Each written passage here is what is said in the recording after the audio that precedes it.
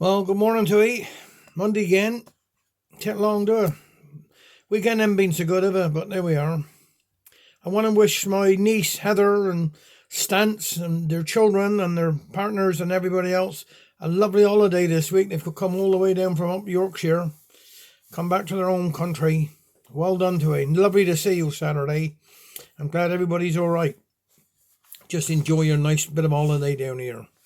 And I got wish happy birthday to Alan Conquest MBE. Happy birthday to you today, boy. And have a nice day. You do a wonderful job for the Royal British Legion. So just take care. Now this year one, I'm going to do a couple of David Prowse's ones today. And this one's called Bedtime Story. Oh, my handsome, said Jan, what a shambles. My life had been turned up on his head. Since Ada went out with some money I'd saved and bought us a spanking new bed. I suppose we was due for a replacement. The last one was new in the war. And a bit like his owner, he had lost all his spring and was sinking on his way to the floor. But that bed would resolve every difference you can get between woman and men. You would climb to the edges, but once you relaxed, you were back in the middle again. Well, this new one was built like a monster. Come bedtime, my Ada agreed. We'd had no complaint with its width or its depth, but his height was a problem indeed. We were stood either side of this mountain, like fish looking up at the pier. I turned to my Ada, they're prancing around, and I said, oh, after you, my old dear. Well, she hopped her way back to the wardrobe, then hitched up her nightie and ran. And she died like a salmon and grabbed for the top, and the headboard come off in her hand. Well, we could have been there for a fortnight, so I got out the steps in the end.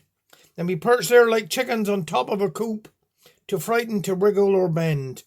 Here, I don't want to worry you, Ada, I said as she tried to relax. But the last time I saw anybody this high, they had parachutes strapped to their backs. Well, here's one for you, Jan Travascus, said Ada, all run-of-the-mill. A bit of a problem, but nothing at all, for a man of your talent and skill. 'Cause you'll notice I've moved bits and pieces, and that everything fitted all right. So the lamp switch is perched over there by the door. Now, who's going to put out the light?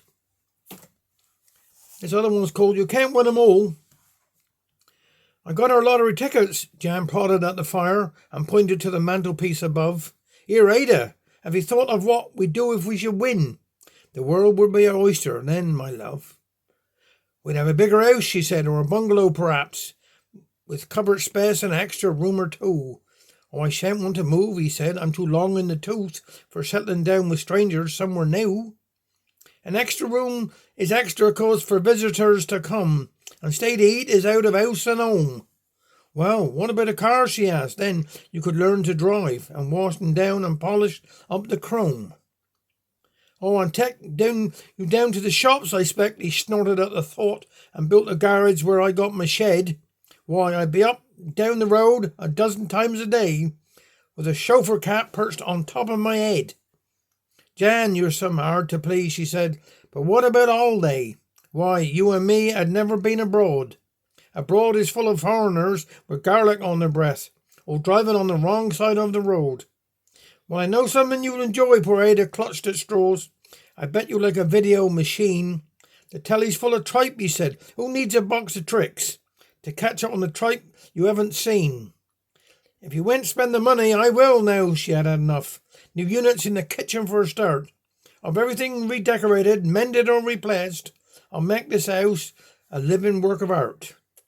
And perhaps I'll have a male au pair, Italian or Greek, to scrub the floors and wash the pots and pans.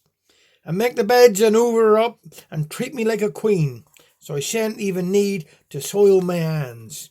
Here, where are you going to now? She called as Jan replaced his cap and quickly made a beeline for the door. No need to get so jealous. Who's jealous? He replied. I'm off to get a dozen tickets more. Take care.